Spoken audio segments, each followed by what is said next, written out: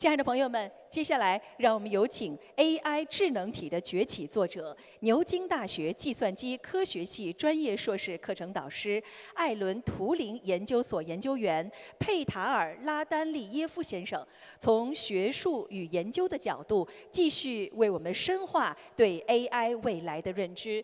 Let's warmly welcome Dr. Petar Rendalev, author of The Rise of AI Agents, to deliver a speech. Welcome.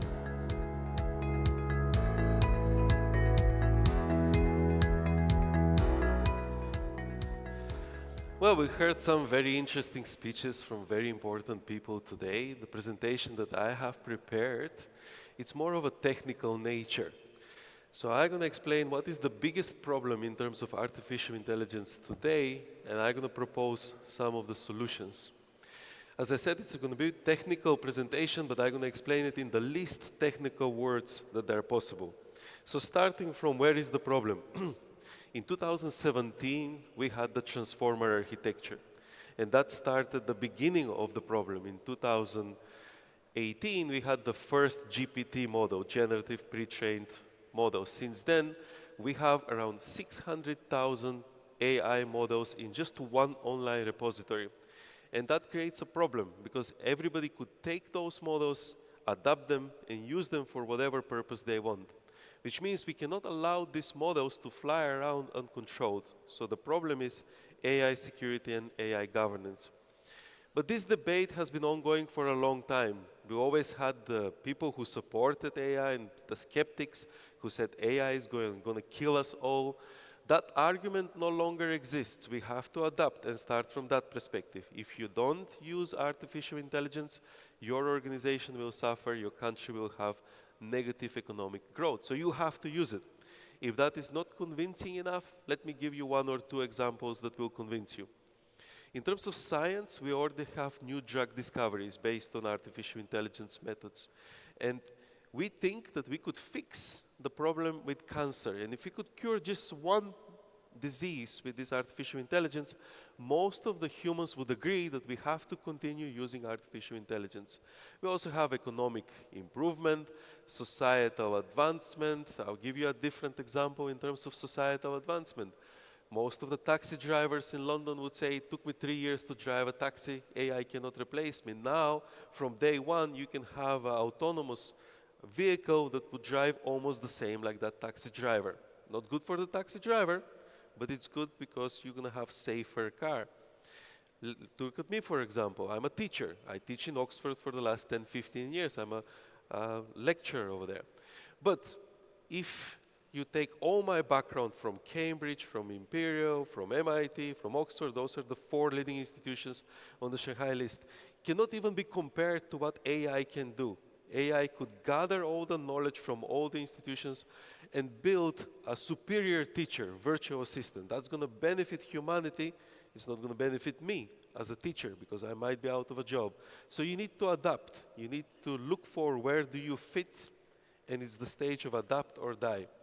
Those are the good things. Now, in terms of the bad things, although some of them they converge, now we have teenagers with access to state-level hacking techniques.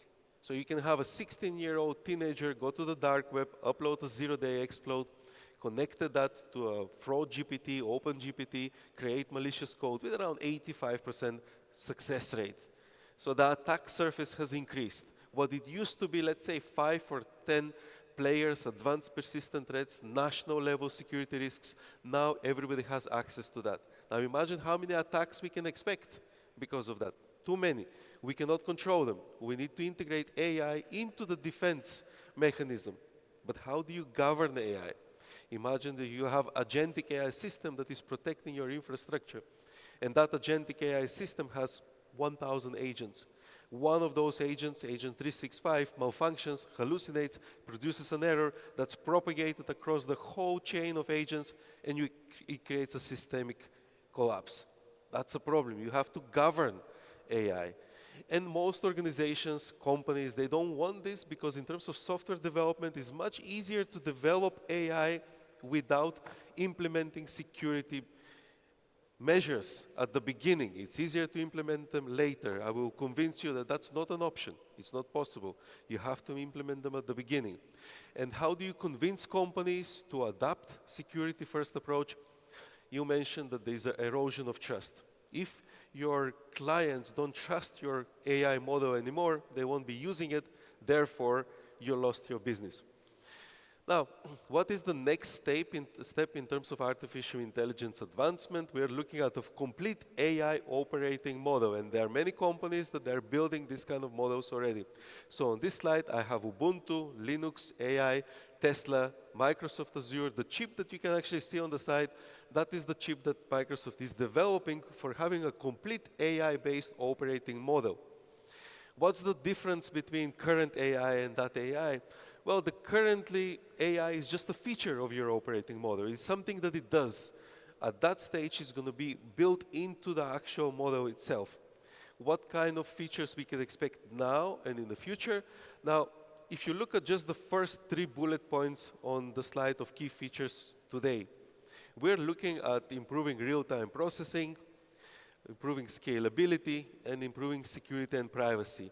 If anybody works in security, you know by just those 3 words that this is a cloud system. You cannot have infinite scalability, infinite real-time processing, and security in any other form of system. So we already know it's a cloud. Now, moving from that, where else would this fit? The key trends are to build neuro-symbolic AI. Neuro stands for neural nets, that's part of the machine learning. Symbolic AI is the original version of artificial intelligence that was based on mathematics and pure logic. You see that in movies like Star Trek. That AI didn't really prevail, and we're not using it today. But now we're trying to merge those two together to build a better AI. Second element that you should expect to have is quantum AI. And I know physicists would disagree. If there's anybody here that works or studies in terms of physics, would say that we would never have a quantum computer. Well, we already have quantum computers. We have them here in China. We have them across the entire world. We have one in London. Just that they're not powerful enough in terms of qubits. They don't have enough qubits, and we cannot fix the quantum correction error. Many people are working on this, and we can expect in 5, 10, 15 years' time that we're going to have a quantum computer. Where would you use this? It's not going to be your laptop. It's not going to be your mobile phone. You don't need a quantum computer for that. It's going to be based in a big data processing center. And where would that be? Again, all the data processing centers are already in the cloud. So we're shifting towards a centralized architecture that is going to become more and more centralized. In terms of security, this is a problem because you have a one point of failure. And from looking at this from a red teaming perspective and blue teaming, I belong to the red teaming, that's attack and penetration. We play with these models. We have to test them. We develop hacking techniques to see how they would behave. So what's the difference between what you have today and what we're going to have in the not very distant future? Currently, we secure the systems based on something that it's patch and pray. You find a vulnerability, you patch it, you install an update. That's how it works today. In the future, that's not going to be an option. We have to move to predict and prevent, because once you compromise the logic of the AI itself, you have to retrain the model. The common analogy that was used in the past is that blue team is the people who build the castle. But the red team, the thief, would never enter from the main door because that's where the security is. You would find the gap from behind the scene. So all that security that you're building is not really a concern for the red team. Now, how is this changing the narrative? Well, there's no longer an intruder coming through the door. The intruder is already in the castle. You have to rebuild the whole castle again. And here we have a list of the 11 most critical cybersecurity threats in terms of artificial intelligence. The top 10 is where most people pay attention to. Those are not the ones that I'm concerned about because many people are already looking into those. So data poisoning, prompt injection, they're problematic. But what is the most problematic is the last one. That's the sleeper agents. So you're building in China, you're building your model. that is going to run your energy grid, that is going to improve your infrastructure, real-time processing, yada, yada, yada, and somebody would be able to plug in a sleeper agent. And we can do that. We have done it many times before. It's not going to be the first time. We have done it to very secure systems. So how would that sleeper agent behave? First 5 years, you're very happy with your model because it improves performance, everything is working fine. In the next 10 years, you integrate it into your energy grid, into your GPS navigation systems everywhere, hospitals. In the next 15 years, it's completely taken over. Everything is based on this AI. Your security is placed here, and then we activate the sleeper agent. And it messes up the entire system. It causes a systematic collapse. So these sleeper agents, they won't be detectable in many years because we won't activate them. Now, in terms of the red team, we have been testing this. We have been trying to create such sleeper agents and see if we can detect them. If they're malicious, we think we can. We can detect when the sleeper agent is activated if it's malicious. But remember from the beginning of the presentation, I said it's the transformer model architecture. It's generative, which means that the AI will generate these sleeper agents on its own, and it does that. Why does it do it? Error, hallucination, name it as you want, but they're born, they're not implemented by anybody. And because they're born, the AI doesn't react differently, it doesn't know that it's doing something wrong. And the activation of the neurons doesn't change. And that makes it very difficult to detect, which means that systemic risks could be caused by the AI itself, not by a malicious actor. Now, starting from the simple parts, how do you regulate this? And usually we say we put guardrails. Guardrail, as you can see on the image, is the side of the road. We never put guardrails on the middle of the road to stop the car. The intention of a guardrail is to prevent the driver from driving away from a cliff and killing himself.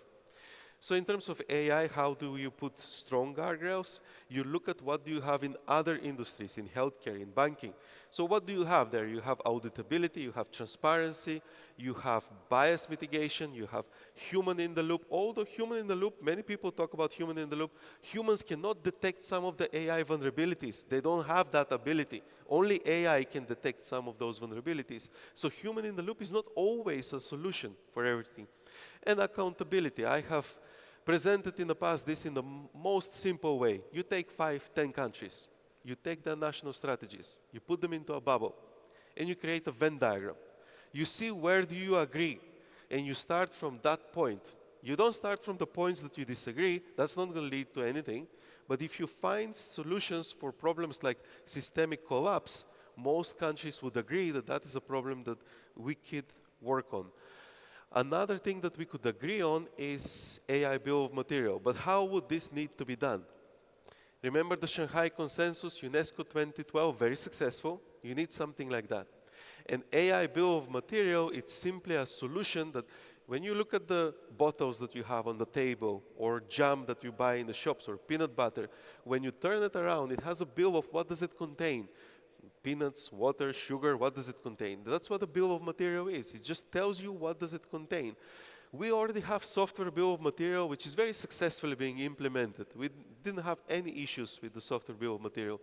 The AI bill of material is the same because AI is software, that's all there is, but it has the element of data inside. So this is a good starting point. It doesn't have to be this, but most people would agree that this is a transparent method which tells you how, not what.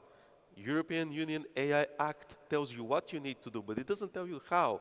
What is the step that you need to do? Now, moving on to the questions that we have, what are the key questions that you need to ask yourself in the next 5 years? Is AI going to narrow the digital divide or increase it? If you build apps like the one that I mentioned, that you gather the knowledge from all the professors in the world and you sell that to Africa for a penny to the dollar, that could narrow the digital divide because those countries will have access to AI. But if you keep the AI to rich countries and you eliminate, because poor countries won't have access, then that's going to increase this digital divide, and that's not nice. How can we establish a global technical standards, and can we? Well, geopolitical competition is increasing already, and there is a common consensus that whoever controls AI controls the world. There are models that are diverging in 2 directions. But you need to find a focus on what key points can we agree upon. And some of those can very easily be agreed. That's governance. In terms of security, how do you secure your network? Well, think about from the beginning, not at the end. Think about what is going to be the next killer app. You already have WeChat, Alipay, very successfully implemented here. What is going to be next? Healthcare app? And then you think, what kind of risks would that app bring from, and you start thinking about that from day one, not after you build it. You cannot implement AI security after you build the app. It doesn't work like that. And now I'm ending the presentation here. My slides are coming to an end, and this one, and I have another slide. I wanted to emphasize that since ancient Greeks are one of the oldest civilizations in Europe. And one of the key technologies that they discovered was how to mint a coin. So what did they do when they minted a coin? They put artificial intelligence on that coin. And many people think that Alan Turing, the father of AI, was the inventor of AI. I work for the Turing Institute. That's not the case. Other people think that linear regression was the beginning of AI. Actually, we can find examples of AI long before that. So what did the Greeks want to do with this AI? They wanted a defender. Before we had computers, before we knew how to build any form of AI, we wanted AI that would defend us. The second image is a visualization of that. But the third image, the middle image, is the one that's important. Because as you can see, there's a charming lady unplugging a pin and killing Talos. There's blood. Talos, the robot is dying. Since ancient Greeks, they knew that we need to have a fail-safe. The pin is the fail-safe. We can agree that we need to have a fail-safe. Now, if you have a fail-safe, other people, organizations would try to abuse that and destroy your intelligence. Now, other images here is the Golem from Jewish folklore, that's AI.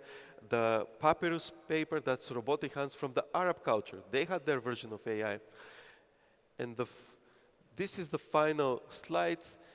Even Leonardo da Vinci wanted to link AI with human biological, to overcome the biological limitations. And we have in the middle 3 images of Pygmalion and Galatea, which is a sculptor, which created a sculpture that was so pretty that he fell in love with. Now, you think that's not realistic, but the last image is the image of Tilly Newworth. It's an AI-generated actress, and everybody wants to sign up to work with Tilly. Imagine that some image like Tilly is your daughter, and she makes a phone call saying that she's stuck on the train station and she needs money. Can that deceive you? It's not a sculpture, it's a real person. Now, I said at the beginning, I'm going to exclude loads of the technical details because the limitation of this presentation is only 15 minutes. I do have a book, The Rise of AI Agents, which is currently being translated into Chinese and is going to come in 2026, the first quarter, and it's published by City Press Group. Most of the technical details would be in that book. I think that's the end of my time. Okay, thank you. That's the end, right? Okay, thanks very much for your professional sharing. Take your seat. But later you have another mission for the dialogue session. 再次感谢佩塔尔先生带给我们具有前瞻性的、非常专业的分享，掌声送给他，谢谢。